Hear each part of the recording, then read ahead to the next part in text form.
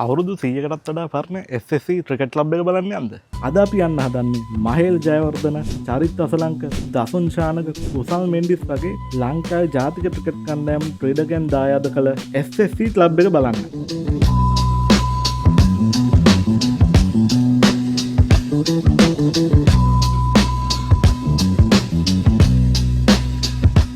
ශ්‍රී Lanka cricket හෙඩ්ක්වාටර්ස් වලට එහා පැත්තේ තමයි SSC එක තියෙන්නේ. SSC එකේ මේන් ගේට් එක CH ගුණසේකර කියලා තමයි නම් කරලා තියෙන්නේ.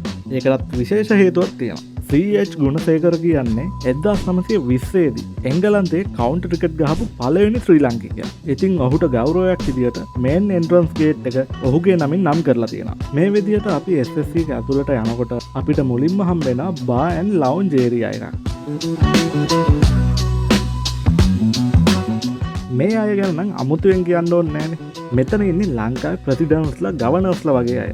කොටින්ම කිව්ව sir John Kotelawala JR Jayewardene පවා SSC එකට ප්ලේ කරපු අය. ක්‍රිකට් ක්ලබ් එකක් කිව්වහම අපිට හිතෙන්නේ පිට්ටනියකුයි ප්‍රැක්ටිස් මේට්ස් එතකොට ජිම් එකක් වගේ දේවල් විතරන්නේ. හැබැයි SSC එක ඇතුලේ ස්නූකර් ඒරියා එකක්, ලයිබ්‍රරි එකක්, ඉන්ටර්නැෂනල් ලෙවල් එකේ ස්විමින් පූල් එකක් වගේම ටෙනිස් කෝට් එකකුත් තියෙනවා.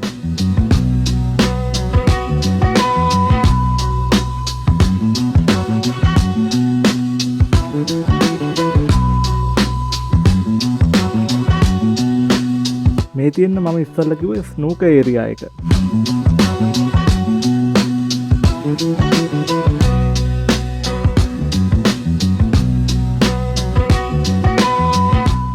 ලෝකේ ක්‍රීඩකෙක් වැඩිම ටෙස්ට් ක්‍රිකට් ගත්ත ක්‍රීඩාංගණය වගේම ක්‍රීඩකෙක් වැඩිම શතක ලබාගත් ක්‍රීඩාංගණය වෙන්නේ SSC ක්‍රීඩාංගණයයි. ෆයිනල් එකකට එකම ක්‍රීඩා සමාජයෙන් කණ්ඩායම් දෙකක් ආවා කිව්වොත් 1947 ඩේලි නිවුස් කප් ෆයිනල් එකට SSC A කණ්ඩායම සහ SSC B කණ්ඩායම තමයි තීරීපත් වෙලා තියෙන්නේ. ඉතින් ඔය වගේ රෙකෝඩ්ස් ක්‍රීඩකයන් ගැන මේ බිත්ති පුරාවටම තියෙනවා. මේ ඉන්නේ SSC නියෝජනය කරපු ශ්‍රී ලංකා ජාතික කණ්ඩායමේ හිටපු නායකයෙක්.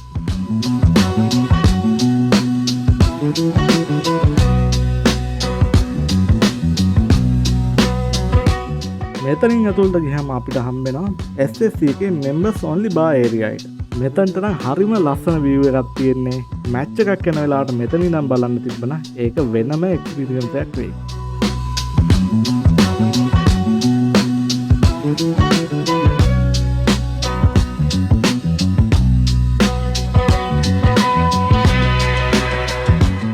ඔයගොල්ලෝ මීට කලින් ක්‍රිකට් ප්ලේයර්ස් ලගේ ඩ්‍රෙසින් රූම් එකක් දැකලා තියෙනවා.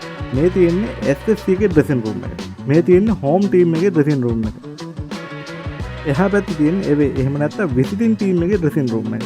ඉතින් ප්ලේයර්ස් ලගේ ඇඳුම් බඩු තියාගන්න මෙන්න මේ වගේ සෙටප් එකක් තමයි තියෙන්නේ.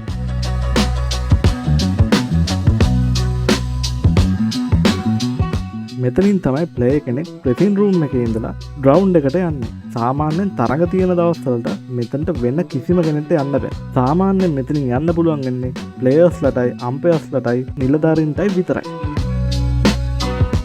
මේ තියෙන්නේ ප්ලේයර්ස්ලා පිට්ටනිය මැද ඉඳන් ගහන 6 පාරවල් 4 පාරවල් ගන්න විකට්ස් වැටෙන ලකුණු පුවරුව. කලින් නම් මෙතන තිබිලා තියෙන්නේ මැනුවලි අප්ඩේට් කරන පරණ විදිහේ ලකුණු පුවරුව. හැබැයි මේ වෙනකොට ඔක්කොම ඩිජිටලයිස් වෙලා තියෙන්නේ. අපි ස්කෝබෝඩ් එක උඩට ගිහිල්ලා බලමු උඩ ඉඳන් බැලුවම කොහොමද පේන්නේ කියලා.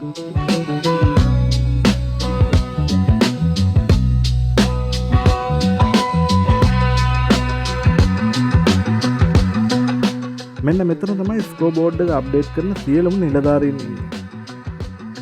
මෙතන තමයි ස්කෝබෝඩ් එක පවර් අප් කරන යුනිට් එක තියෙන්නේ.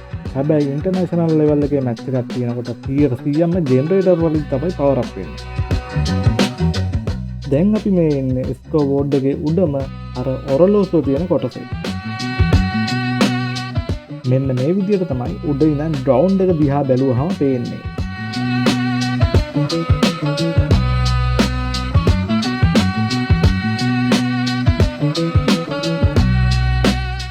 ඉතින් මේව තමයි පබ්ලික් එකට දීලා තියෙන සීට්. ඉතින් ඕගොල්ලොන්ටත් පුළුවන් මෙතන ඉඳන් මැච් එකක් බලන්න. ඒකට තියෙන හොඳම අවස්ථාව තමයි ශ්‍රී ලංකා ප්‍රීමියර් ලීග් එකේ ඕපනින් සෙරමනි එක ජූලි 17 වෙනිදා තියෙන්නේ SSC එකේ. ඉතින් එදාට ලස්සන ඩ්‍රෝන් ෂෝ එකක් වගේම ලේසර් ෂෝස් වලින් පිරිච්ච ජනප්‍රිය ගායක ගායිකාවන් සහභාගී වෙන ලස්සන ඉවෙන්ට් එකක් තියෙනවා. ඉතින් මේ අවස්ථාව මිස් කරගන්න එපා. දැම්ම ඔයත් ඔයාගේ ටිකට් එක book my show වෙබ්සයිට් එකට ගිහිල්ලා දැම්ම වෙන් කරවා ගන්න.